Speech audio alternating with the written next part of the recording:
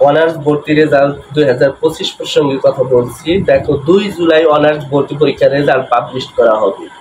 কতটুকু সত্য? অনেকেই কিন্তু এটা নিয়ে প্রশ্ন করেছে আমাকে যে ভাইয়া আসলে এই 2 জুলাই নোটিশ প্রকাশ হয়েছে, আমরা 2 জুলাই নাকি রেজাল্ট পাবো, এটা কি সত্য নাকি মিথ্যা? দেখো এইটা কিন্তু এমন ভাবে নোটিশটা বানানো হয়েছে যেটা সত্য বলে প্রমাণিত হবে। মনে হচ্ছে যে একদম জাতীয় বিশ্ববিদ্যালয় এই নোটিশটা তৈরি করেছে, কিন্তু আদৌ কিন্তু জাতীয় বিশ্ববিদ্যালয় এ নিয়ে কোনো নোটিশ প্রকাশ করে নাই। তাদের ওয়েবসাইটে আমরা কোনো নোটিশই খুঁজে পাই নাই।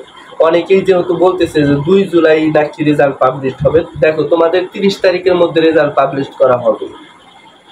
এইটা তোমরা জেনে রাখো যে আমাদের রেজাল্টটা 30 তারিখের মধ্যে পাবলিশ করা হবে, এবং কি আমাদের রেজাল্টের অর্থাৎ তোমাদের রেজাল্টের কার্যক্রম বর্তমান চলমান।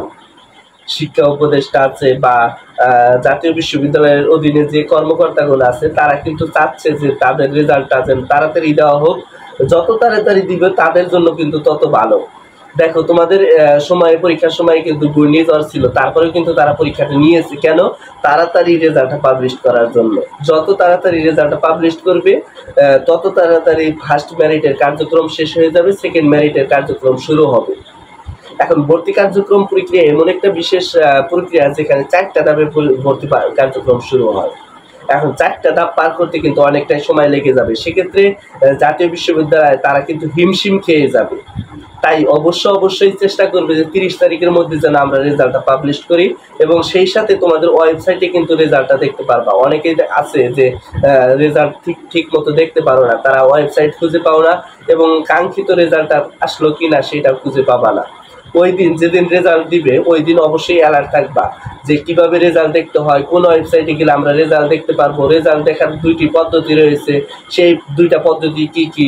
তোমরা প্রথমত জাতীয় বিশ্ববিদ্যালয়ের ওয়েবসাইটে প্রবেশ করবা, সেখানে দেখবা যে অনার্স অ্যাডমিশন রেজাল্ট, ওখানে ক্লিক করে রোল নাম্বার দিয়ে তোমরা কিন্তু রেজাল্টটা দেখতে পারবা। এখন দেখা গেছে যে দিন রেজাল্ট দিবে সেই দিন কিন্তু ওয়েবসাইটে কাজ করবে না, ভিড় জমা হয়ে থাকবে। তোমরা কিন্তু গুগলে সার্চ দিয়ে তোমাদের কাঙ্ক্ষিত যে কলেজে আবেদন করেছো সেই কলেজের পুরো রেজাল্টটা তোমরা নিয়ে আসতে পারবা। অর্থাৎ কে চান্স পেয়েছে ওই কলেজে, কে পায়নি, সেক্ষেত্রে ওইটা কিন্তু তুমি অবশ্যই নিয়ে আসতে পারবা, এবং ওই অনুযায়ী কিন্তু তোমরা রেজাল্টটা দেখে নিতে পারবা এবং ওই অনুযায়ী রেজাল্টটা দেখে নিবা। এখন 2 জুলাই রেজাল্ট পাবলিশ হবে কিনা অনেকে মন্তব্য করেছে, তবে 2 জুলাই রেজাল্ট পাবলিশ হতেও পারে আবার নাও হতে পারে। তার আগে রেজাল্টটা দেওয়ার চেষ্টা করবে শিক্ষা উপদেষ্টা বা জাতীয় বিশ্ববিদ্যালয়ের অধীনে যারা আছে তারা কিন্তু চেষ্টা করবে। দেখা যাক আসলে এই রেজাল্ট তৈরিতে তোমাদের কত দেরি হয়। তো এই ছিল আজকের ভিডিওটা। সামনে কোন আপডেট চাও অবশ্যই কমেন্ট বক্সে জানাবা। ধন্যবাদ সবাইকে।